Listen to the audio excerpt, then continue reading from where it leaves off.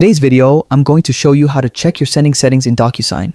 Whether you're new to the platform or just need a refresher, understanding these settings is crucial to ensure your documents are sent correctly every time. Start by opening your preferred web browser and heading to the official Docusign website.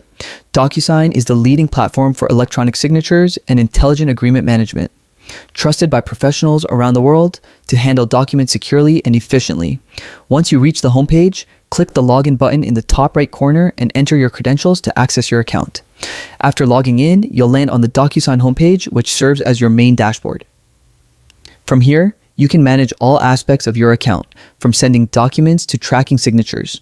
To check your sending settings, first look at the navigation panel. Depending on your account type, you may need to access the admin section to find all the available settings. Once there, locate the sending settings option. The sending settings are essential because they control how your documents are dispatched once they're ready for signing. By accessing this section, you can review or adjust a variety of options.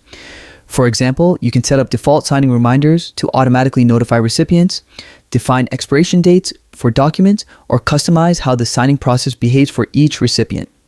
These settings help ensure your documents are handled smoothly and on time.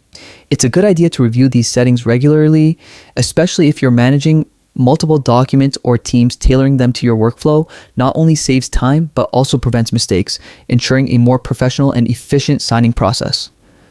And that's it. By following these steps, you'll be able to confidently access and manage your sending settings in Docusign.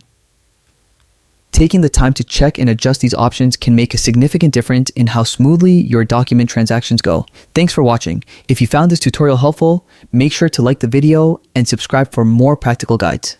Happy signing!